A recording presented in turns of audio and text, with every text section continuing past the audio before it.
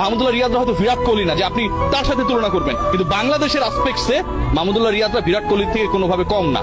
বিশ্বকাপে বাংলাদেশ যখন quarter final খেলে তখন মাহমুদুল্লাহ রিয়াদরা দারুণ ক্রিকেট খেলে। বাংলাদেশ যখন চ্যাম্পিয়ন্স ট্রফিতে সেমিফাইনালে খেলে তখন ওই নিউজিল্যান্ডের এগেনস্টে দ্রুত 4 উইকেট চলে যাওয়ার পর সাকিব মাহমুদুল্লাহর এই হাল ধরে। মাহমুদুল্লাহ রিয়াদকে যদি আপনি বলেন তাকে আপনি রাখবেন না, you can say goodbye boldly.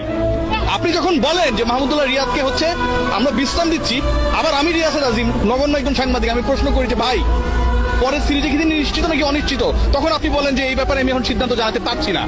আমি যদি বলি সাকিব আল হাসান পরের সিরিজে নিশ্চিত নাকি অনিশ্চিত, আপনি নির্বাচক, আপনি কি গার্ডস নিয়ে বলতে পারবেন সাকিব অনিশ্চিত? সাকিবকে নিয়ে আমরা পরিকল্পনা করছি বিশ্রাম দেওয়ার, আপনার সেই ব্যক্তিত্ব নেই। আপনি সাকিবের সময় একরকম, অন্যান্যদের সময় একরকম, আপনি রিয়াদের সময় আরেক রকম। 2015 বিশ্বকাপ, 17 চ্যাম্পিয়ন্স ট্রফি, নিরাসে বাংলাদেশকে যেভাবে 6 মেরে মাহমুদুল্লাহ রিয়াদ অপমানের প্রতিশোধ নিয়েছিল শ্রীলঙ্কার এগেনস্টে, সেগুলোকে আমরা খুব সহজেই ভুলে যাই। আজকে মাহমুদুল্লাহ রিয়াদ যখন ইংল্যান্ডের বিপক্ষে বাংলাদেশকে এডিলেডে সেঞ্চুরি করে জেতায়, নিউজিল্যান্ডের এগেনস্টে যখন আমরা অলমোস্ট একটা ম্যাচ জিতে যাচ্ছিলাম ওয়ার্ল্ড কাপে ব্যাক টু ব্যাক ম্যাচে,